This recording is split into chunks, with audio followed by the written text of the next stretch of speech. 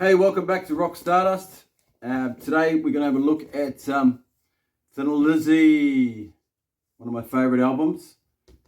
Johnny the Fox. So good. So good. So in 1976 they released two albums, which is, remarkable, right? The Amazing Jailbreak followed up with this one. And I don't know whether I've heard Jailbreak so much, but revisiting Johnny the Fox, I've always had a soft spot for it. But I particularly love it. And the first side is absolutely all killer. Like, absolutely all killer. So you had the classic lineup of Phil Lynott, Scott Gorham, Brian Robertson, and Brian Downey on drums. It was produced by John Alcock. He did a really good job on this. A couple of things there which stand out. The engineer was a guy called Will Reed Dick. It's bizarre name, and the amazing artwork of Jim Fitzpatrick. It's absolutely legendary. It's one of the great album covers. There it is on the back. It's fantastic art. All that Celtic elements with the fox there, So just a great imagination. Hey, look, let's dig into it. If you're new to the channel, please hit the subscribe button. It doesn't cost a cent. Give it a like. For those that have, thank you so much. And also you can add your own comments there as a comment section. So it kicks off with, Johnny, which is one of my top 5, probably top 10 Thin Lizzy songs of all time. I love it. Like, if you want to get in the mood to go out, rev it up, get the party started, put that on, like, crank it up. It's just one of the coolest riffs too. That da-da-dun, da-da-da-da-dun, da-da-da-da-dun, da-da. It's brilliant, absolutely brilliant. Oh Johnny, Brian Downey, brilliant. And it's got some intensely cool guitar solos from Brian Robertson on it, with that wah wah. So you get in fact, if you hadn't heard Thin Lizzy, this would be a great song to start with. You get capture the whole essence of the band. All right, followed on by Rocky, which is another killer rocker. With great riffs, great interplay between Brian and Scott.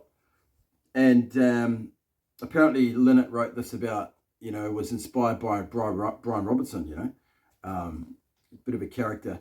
And remembering too that he was only 18 when he joined the band in 74, so he was only probably around 20 when this came out. So pretty amazing, eh? For a young player to be so good and so have his own style like that.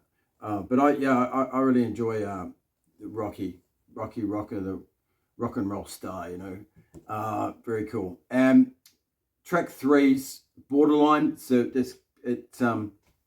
after those two hard rockers, you've got this really cool, classic Phil Lynott ballad. And it's another great example of his very cool ballads. Back on the Borderline takes you to the US, so inspired by the touring they were doing there. But man, it fits into that whole like realm of Southbound, the storytelling, the personal thing that he's going through. He's portraying that, and things like Don't Give It Up. You got to give it up. So no, Borderline's very cool, and I love the guitar at the start. It's anthemic. It's almost like otherworldly. It's like it's heaven. Like, it's just that Brian Robert, I think, is playing that, but it's that dun dun dun dun dun dun, that analog delay. It's just massive, and it also has that element to it which is just so you only get from Thin Lizzy and the great writing of Phil. After that, you've got Don't Believe a Word, which is pure rock perfection. It's like the perfect song in a hard rock setting. It's everything perfect about it. It's an absolutely brilliant piece of music, under 3 minutes. And it includes one of the great 30-second wah-wah guitar solos of all time. It's probably, if we're looking at solos 30 seconds or less, this could be the greatest ever, right? Okay, after Don't Believe a Word, Fool's Gold. I I like the harmony leads on this. It's quite progressive. It explores that, you know, the whole potato famine. Jeepers, what's going on? All right, potato famine. All right, and the Irish history. So yeah, no, it's a very cool song. It finishes the side brilliantly, you know. It's catchy and it's got that nice harmony leads in there that really hallmark Rob Almond Scott. So as far as sides on an album, I don't think you can get much better than that. All right, it's absolutely a 10 out of 10 for me. Side one. Side two is a change, right? So side two, first track is Johnny the Fox meets Jimmy the Weed. I've always loved this. It's like good fun. It's funky, you know, gangster, Americana, takes you to a place. Johnny the Fox meets Jimmy the Weed. Dun-dun-dun-dun-dun. Hey man, I know your name. Dun-dun-dun-dun-dun. He's been moving with the low rise, cruising with the low. It's just so cool. And it's that shuffle, that cool groove that Brian Downey brings to it with his drumming. Can't say how great his drumming is and was, and how overlooked he gets at times. Now, after Johnny the Fox meets Jimmy the Weed, you got Old Flame. So we've got a ballad here, and it's a romantic ballad. Phil talking about one of his old flames, and just the storytelling way that only he can really deliver. It's very cool. Very cool song. So yeah, the album's going well, and at track 3 you got Massacre. I think my disappointment with the production is at this moment here particularly. I think Alcock's done a great job on the other rockers, where they really jump out of the speakers. But in this track, it's kind of like compressed and really doesn't come to life till you hear it live. And especially on that, when you listen to the Live and Dangerous version, Massacre is immense, so powerful. Whereas it's sort of a bit like lackluster in terms of the production on this. You know, like everything's, the guitars and things are laid lower in the mix, and the vocals got some sort of treatment on it.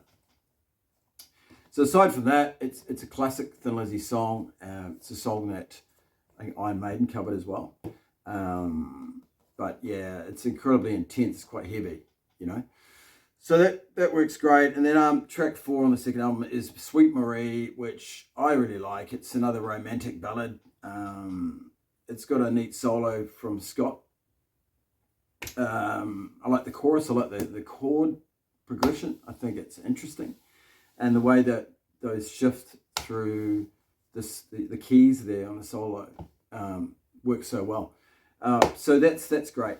Boogie Woogie Dance is a bit of fun. It's probably one of the heaviest songs on the track. Like you can hear elements of heavy metal and influence they would have on some of those bands coming through, like, you know, like your Iron Maidens and your Def Leppards and that sort of stuff, especially the early stuff. But it's great fun in terms of the playing and the jamming, and yeah, it's a bit of a filler track, but it's still enjoyable, you know. So all in all, this album rocks. It's a top 5 Thin Lizzy album for me, big time, and it's part of that wonderful run, you know, they had with Fighting, you know, Jailbreaking in this one. And I'd also include Bad Reputation as well, because I'm massive on this lineup, and it's pure magic in a bottle, you know, lightning in a bottle stuff. And but hey, look, I just wanted to share my love for this album.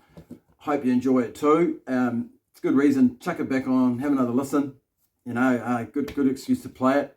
And if you enjoy this kind of stuff, like I said, hit the sub button. It means a lot. You can like it, add your comments, and let's rock. Thin Lizzy, one of the greats. Catch you next time. Cheers. Thanks for watching Rockstars.